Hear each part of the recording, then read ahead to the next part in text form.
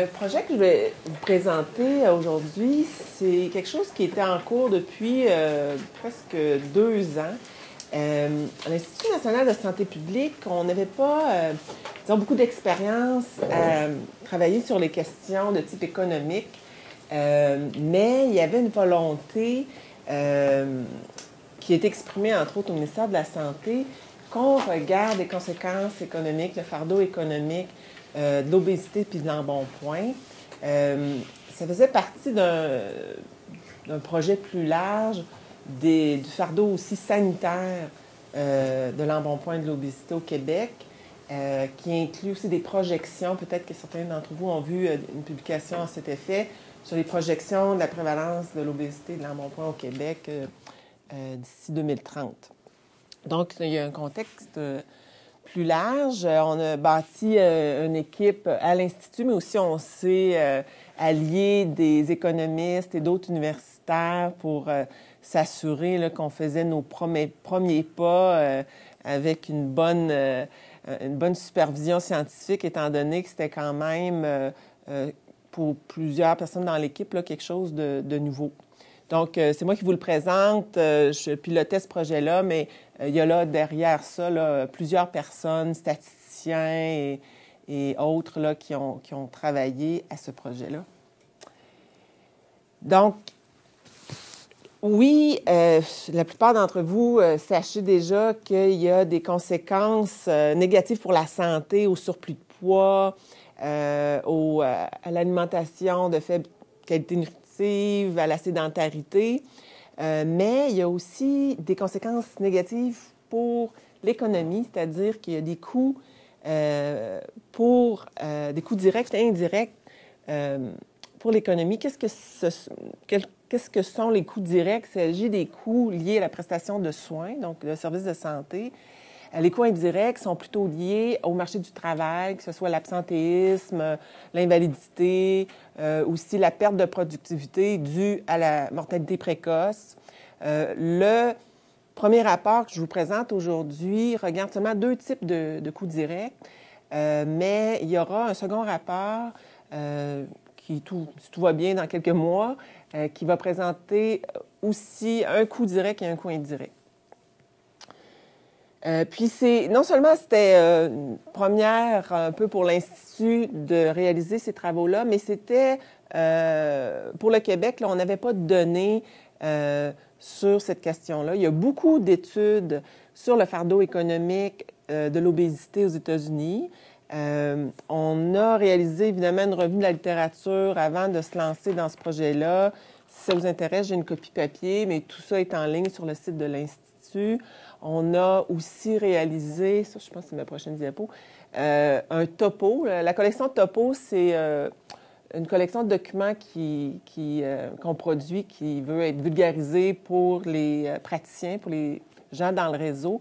Donc, on a fait un topo sur l'impact économique de l'obésité qui présente un peu comment on calcule ça, quels est, de façon générale, les résultats qu'on retrouve dans la littérature. Mais là, on n'avait pas de données québécoises, seulement des données canadiennes, américaines et évidemment européennes.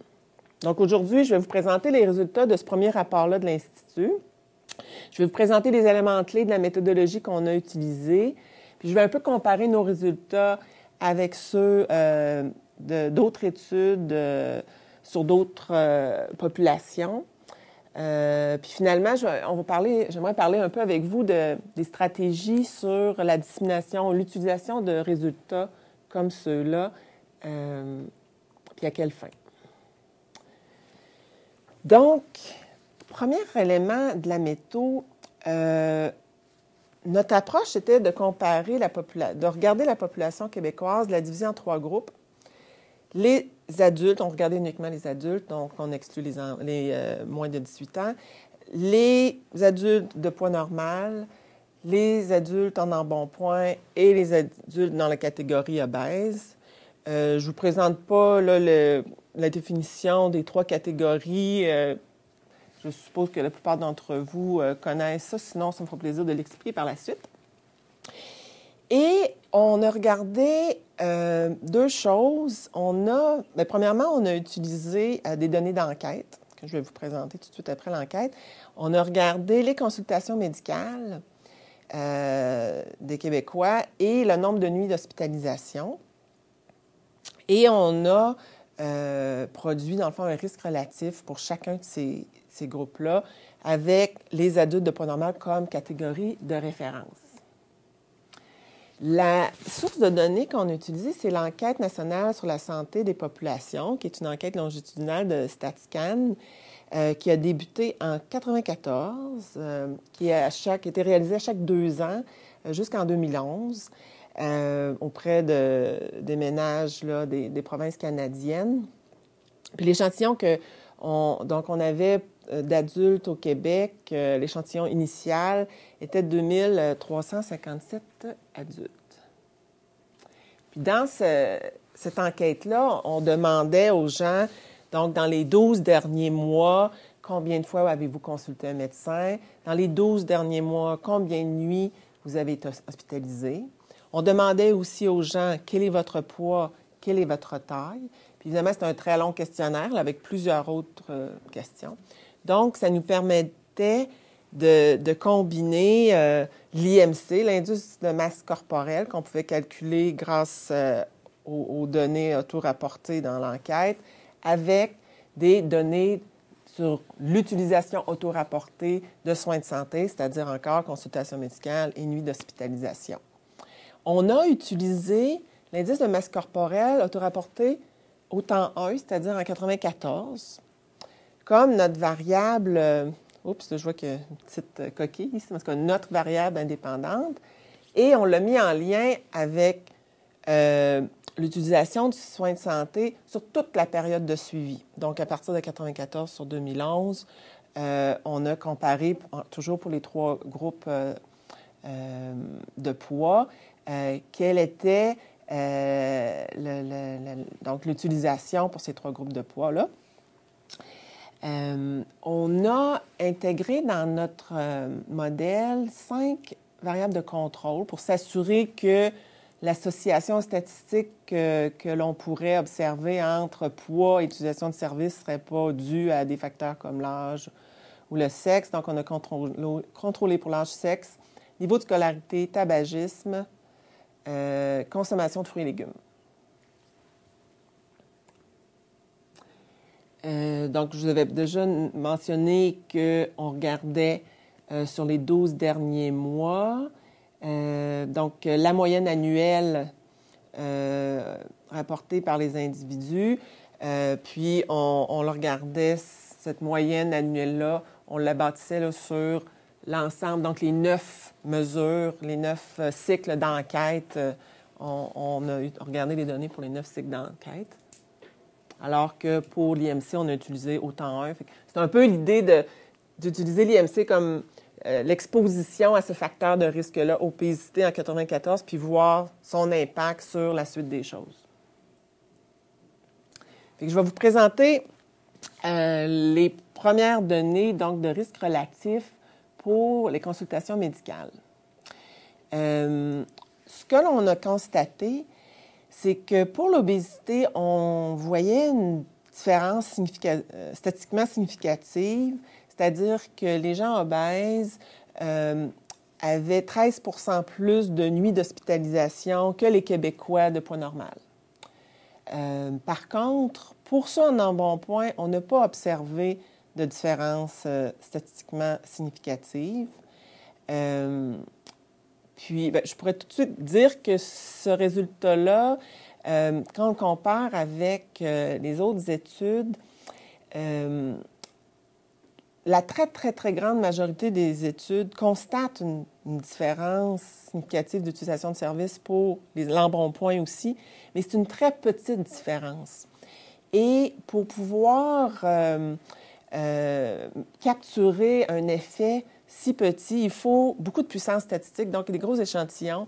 Et donc, mes statisticiens dans mon équipe me disaient, Chantal, si on avait plus gros échantillons, on aurait peut-être des résultats différents. Et puis, on va y revenir parce qu'on a fait le test aussi avec l'échantillon canadien de la même enquête. Je vais vous présenter les résultats plus tard. Et là, on a des résultats un peu différents. Pour les nuits d'hospitalisation, on a toujours une différence significative pour les Québécois obèses, c'est-à-dire qu'il y a 94 de plus de nuits d'hospitalisation pour ces individus que pour les Québécois de poids normal. Et on n'a pas une différence statistiquement significative non plus pour les Québécois en embonpoint pour l'hospitalisation.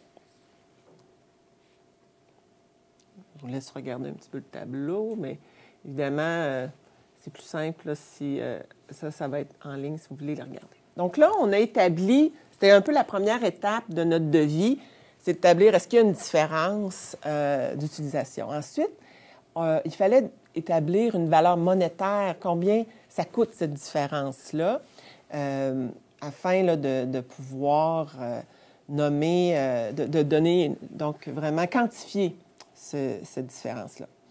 Ce qu'on a fait, on a utilisé les données de l'Institut canadien d'information sur la santé, les données de dépenses en services de santé pour le Québec, pour les adultes en 2011.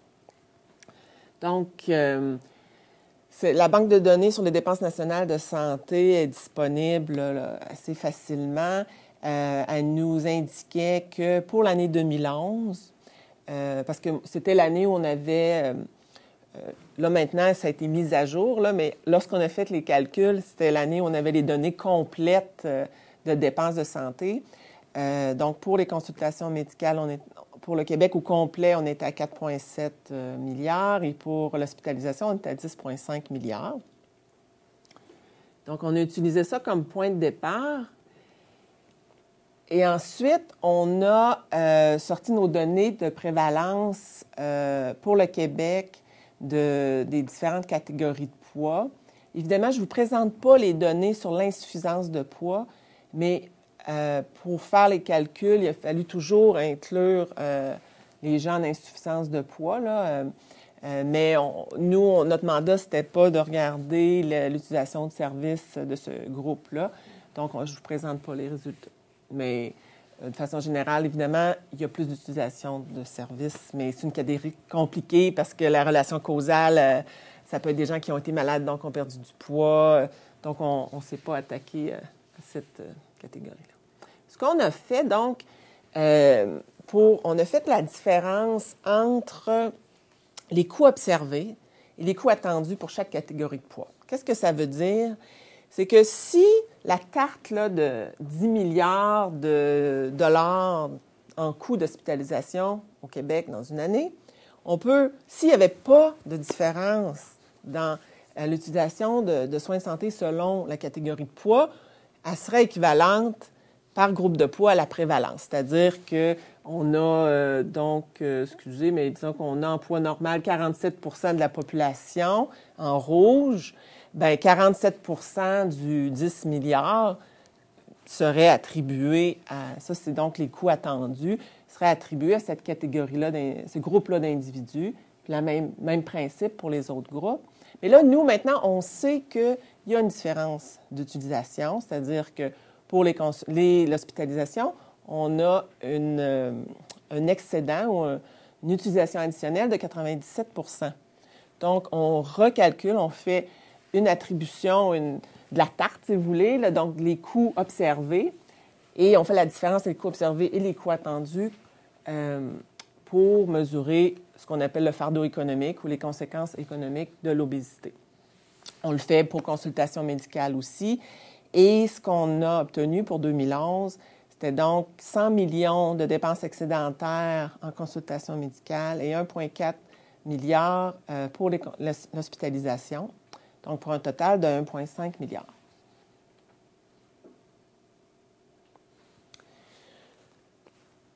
C'est bon. Je vais vous parler un petit peu des limites de notre méthodologie avant de comparer nos résultats avec d'autres, parce qu'évidemment, comme toute étude, on en a plusieurs.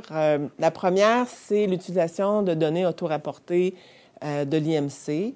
On sait que les gens mentent sur leur poids. Donc, il y a vraiment un biais de sous-déclaration qui n'est pas égal dans chaque catégorie de poids. Donc, ça nous crée vraiment un biais différentiel, c'est-à-dire que les gens dans la catégorie normale ont tendance à peu sous-estimer ou surestimer leur poids. Lorsqu'on compare avec des données mesurées comme StatScan a fait en 2008, ils ont comparé les données auto-rapportées, puis ensuite ils ont été faire un échantillon, puis ont été mesurer les gens, taille et poids. Ils ont constaté qu'il y avait un écart, mais plus les gens avaient du surplus de poids, plus l'écart augmentait. Donc, les gens en embonpoint et les gens en obésité avaient plus grand écart entre le mesuré et l'autorapporté. Et les femmes, encore plus. Évidemment, il y a une norme sociale par rapport au poids et les femmes qui est encore plus forte. Donc, il y avait un biais de sous-déclaration encore plus important chez les femmes. L'IMC aussi, on sait que du point de vue du risque à la santé, donc un peu une hypothèse qui sous-tend l'idée qu'il y a un fardeau économique, une surutilisation excédentaire de soins, c'est qu'il y a un risque à la santé. L'IMC est une mesure imparfaite, surtout peut-être pour la catégorie en bon point. Le risque à la santé est probablement plus lié à l'adiposité abdominale. Donc, l'IMC est une mesure qui ne rend pas compte tout à fait de la nature du tissu, si on parle vraiment de tissu adipeux, ou plutôt on a affaire à un grand baraquet très musclé qui, lui, a un IMC dans la catégorie en bon point, mais qui n'a pas vraiment de tissu adipeux de façon importante. Ça, c'est assez connu, mais des mesures de tour de taille qui nous permettraient de... On n'en a pas dans les enquêtes, très peu. Là, il paraît qu'il y a des enquêtes qui commencent à le faire, mais l'IMC, ça reste la mesure standard dans presque toutes les études. J'ai fait une recension de 129 études, puis j'en ai 5 ou 6 qui ont des tours de taille. Donc, c'est assez... On a aussi un biais de rappel pour les mesures autorapportées d'utilisation de services de santé, surtout les consultations médicales. Et ce biais-là augmente chez les utilisateurs fréquents. Si je suis allée chez le médecin une fois ou deux dans l'année, probablement que je me souviens du nombre. Si je suis allée 22 fois ou 16 fois, peut-être je vais dire 12, c'est difficile. Donc, il y a un biais de rappel assez important chez les grands utilisateurs. C'est moins le cas pour l'hospitalisation. Ça a été vérifié. Je veux dire, c'est plus rare qu'on va à l'hôpital et quand on y va, souvent, on se souvient assez bien du nombre de nuits qu'on y a passé. Notre estimé de coût, une approche assez macro, c'est-à-dire qu'on ne connaît pas les coûts déboursés réels par individu. La nuit d'hospitalisation de la personne obèse, peut-être qu'elle a coûté beaucoup plus cher que la nuit d'hospitalisation de la personne pas normale, qui a reçu des traitements très différents. Et ça, on n'est pas en mesure de différencier ça dans l'approche qu'on a prise. Pour le faire, il aurait fallu aller utiliser les données de la RAMQ et faire jumeler la banque de données d'enquête avec la banque de données de la RAMQ, ce qui aurait été idéal du point de vue d'augmenter la précision, mais du point de vue de l'échéancier, demander l'accès aux données de la RAMQ, c'est un processus très long. Et on était dans une dynamique où on était déjà en retard dans le projet dès le début. Donc, on a décidé que c'était pas la voie à retenir, mais que ça serait vraiment super si des gens, d'autres chercheurs s'y mettaient pour aller comparer un peu les résultats. Et notre 1,5 milliard, donc c'est un peu un estimé conservateur parce que là, on a notre sous-estimation liée à notre biais de sous-déclaration. Donc, on a de prévalence. On a probablement un peu de sous-déclaration de consultation médicale. Et ça inclut juste 2 types de coûts. Donc, on n'a pas les médicaments dans les coûts directs. On n'a pas les soins de santé qui sont offerts par d'autres professionnels de santé que les médecins. Et on n'a pas les coûts indirects dans ce total-là.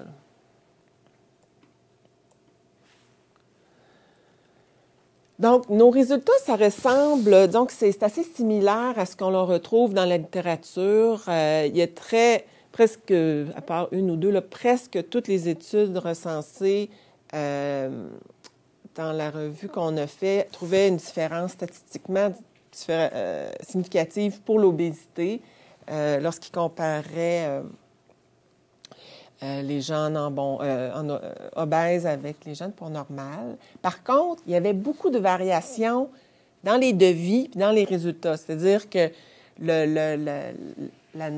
est-ce qu'on parle d'une différence d'utilisation de 5, 10, 25, 45, 65 ou 200 On avait une grande fourchette dans les devis, dans les résultats, mais aussi dans les méthodes. Fait que ça restait très difficile de comparer. Il y a une étude qui ressemblait à la nôtre, qui a été réalisée en Ontario, mais encore là, eux avaient utilisé les données de HOHIP, qui est la RAMQ ontarienne, fait qu'il y avait quand même des données différentes, mais ils observaient pour les consultations médicales 14 plus de coûts pour les hommes, puis 18 plus pour les femmes, qui sont les deux dans la catégorie obèse. Fait que c'était... Nous, on était à 13 pour les consultations médicales. Fait que là, ça, je trouvais ça intéressant qu'on était quand même assez près. Puis c'est une des rares études qui, en termes de devis, donc des variables de contrôle utilisées, tout ça, c'était relativement similaire. Donc, beaucoup de variations. Si ça vous intéresse, dans le rapport sur la littérature, on a monté des tableaux qui présentent de façon le plus synthétique possible là, les résultats de chacun, un peu pour comparer, là, mais ça bouge beaucoup. Sur l'embonpoint, comme je vous avais dit, sur 35 études qui incluent l'embonpoint ou qui différencient l'embonpoint, il y en a 8 qui n'avaient pas observé de différences significatives. Mais donc, on pose l'hypothèse, mais on ne peut pas la vérifier, que dans notre cas, il y avait peut-être un problème là, de puissance statistique, comme je vous ai mentionné plus tôt. On a fait le même exercice. On n'a pas calculé le fardeau économique en valeur de dollars pour le Canada, mais on a quand même calculé les risques relatifs pour le Canada. Comme on avait déjà le modèle, on avait les données, ça va être intéressant aussi pour voir la cohérence avec Canada-Québec. Les résultats sont plutôt similaires, mais quelques différences quand même. Donc là, je vous présente ici, la première colonne, c'est consultation médicale. La deuxième, c'est nuit d'hospitalisation. Donc, je vous présente juste les risques relatifs et non pas les moyennes. Là. Le tableau pour le Québec présentait aussi les moyennes. Donc, on a pour la consultation médicale une différence de 8 pour le Canada, pour les gens en embonpoint. Donc, les Canadiens en embonpoint utilisaient 8 en plus de consultation médicale que les gens de poids normal, 30 pour les gens en obésité. Donc là, on a quand même un petit peu plus... Il faudrait que je retourne voir mes intervalles de confiance, là. Mais pour la nuit d'hospitalisation, on n'a toujours pas de différence statistiquement significative pour l'embonpoint. Et on est à 44 pour l'obésité. On a un intervalle de confiance qui est quand même plus réduit que, je ne sais pas si vous avez remarqué, là, pour celui du Québec, qui était très grand. Là, on a quelque chose d'un petit peu peut-être plus précis, là, qui est plus centré autour du 44 mais ça reste que on est quand même, là, on constate qu'il y a un excédent d'utilisation dans les deux cas. Et on n'a pas testé ces résultats-là en excluant les données québécoises. Ça inclut les données québécoises, donc c'est l'échantillon canadien complet. Je vais sauter ça parce qu'on va manquer un peu de temps. Quelques mises en garde sur comment on utilise ça, nous, en santé publique, ce genre d'études-là. Donc, c'est utile de savoir qu'il y a des risques à la santé. Quels sont les risques à la santé du surplus de poids, mais quelle est l'utilité d'une étude qui nous parle des conséquences économiques? C'est sûr qu'au départ, il y a des objectifs un peu de mobilisation à l'action, c'est-à-dire que on voit que souvent, ou plus souvent, ou on le croit en tout cas, que les arguments économiques sont peut-être plus convaincants pour faire bouger des acteurs, que ce soit les décideurs, les élus, ou d'autres acteurs qui, en promotion de saines habitudes de vie, ont des leviers. Nous, on n'a pas, mais qu'il faut faire bouger, hein, que ce soit les maires qui contrôlent l'aménagement du territoire pour le transport actif, ou que ce soit les directeurs de commissions scolaires qui contrôle les cours d'école pour que les jeunes soient plus actifs. Ce sont tous des acteurs qu'il faut mettre en action, mais que nous, en santé publique, sur lesquels on n'a pas de contrôle. Donc, il faut les convaincre, il faut les mobiliser à l'action. Et qu'il y a un peu cette vision-là de l'utilisation des études de fardeau économique. Mais il faut quand même être prudent lorsqu'on les utilise. Le 1,5 milliard, il ne faut pas le vendre, ce ne serait pas honnête de le vendre comme disant, bien, c'est 1,5 milliard d'économies. L'obésité, la prévalence d'obésité, on ne va pas la ramener à zéro. Même si on avait un grand succès dans les prochaines années, on réduirait peut-être la prévalence, mais déjà, on a de la misère juste à la stabiliser, la croissance de la prévalence. Hein? Donc, pour pouvoir réduire le fardeau économique, on pourrait le faire en réduisant la prévalence, mais il faut aussi dire que afin d'atteindre ça, bien, il va falloir mettre des sous, il va falloir investir dans des mesures de promotion des saines habitudes de vie, incluant des mesures qui changent les environnements pour les rendre plus favorables aux saines habitudes de vie, que ce soit alimentation ou activité physique. Et ça peut engendrer des coûts. Donc, ce n'est pas 1,5 milliard net. Hein? C'est pour pouvoir réduire ce fardeau-là, il va falloir investir pour l'amener plus bas. Évidemment, il va y avoir des impacts positifs sur la santé des gens parce que là, non seulement on va améliorer la santé et diminuer les coûts, mais il faut se rappeler que c'est ça, que c'est pas un montant qu'on va pouvoir juste soustraire facilement des coûts économiques du système de soins de santé du Québec. Puis un autre enjeu qui nous préoccupait, puis qui est soulevé, qui a été soulevé beaucoup dans les médias parce que ce rapport-là a reçu quand même beaucoup d'intérêt médiatique, c'est les risques de stigmatisation. Il y a déjà beaucoup de discrimination, de stigmatisation des gens qui sont obèses, qui ont du surplus de poids important. Puis nous, évidemment, on ne veut pas contribuer à ça. Au contraire, notre approche à la problématique reliée au poids, ça inclut la diversité corporelle et tout ça. Mais je pense que c'est important de présenter cette étude-là ou ces résultats-là comme un enjeu de société, c'est-à-dire un problème collectif. Hein. On a 50 de la population des adultes qui soient obèses ou en embonpoint au Québec. Donc, c'est un enjeu de grande envergure. Pourquoi on a ce problème-là? C'est qu'il y a eu des changements sociaux, économiques qui ont fait que nos environnements sont peu favorables à la saine alimentation, sont peu propices à l'activité physique, que ce soit la sédentarisation de notre travail, de nos loisirs, de nos transports, les changements du système agroalimentaire. Donc, on voulait documenter l'impact économique de ces changements sociaux-là. Puis, comment renverser la vapeur? Bien, c'est de longue haleine, c'est d'investir à long terme dans le changement des milieux de vie pour les rendre là, des milieux de vie qui permettent de facilement faire des choix santé. Donc, c'est cette manière-là de présenter le fardeau économique. Nous, c'est ce qu'on préconisait afin de vraiment souligner que, oui, il y a des coûts économiques de cette situation-là, mais la manière d'y remédier est vraiment de mobiliser pour renverser la vapeur par rapport aux changements qui nous ont amenés là en 30-40 ans. Là. Donc, je vais arrêter ici parce que ça fait 30 minutes, puis je vous remercie.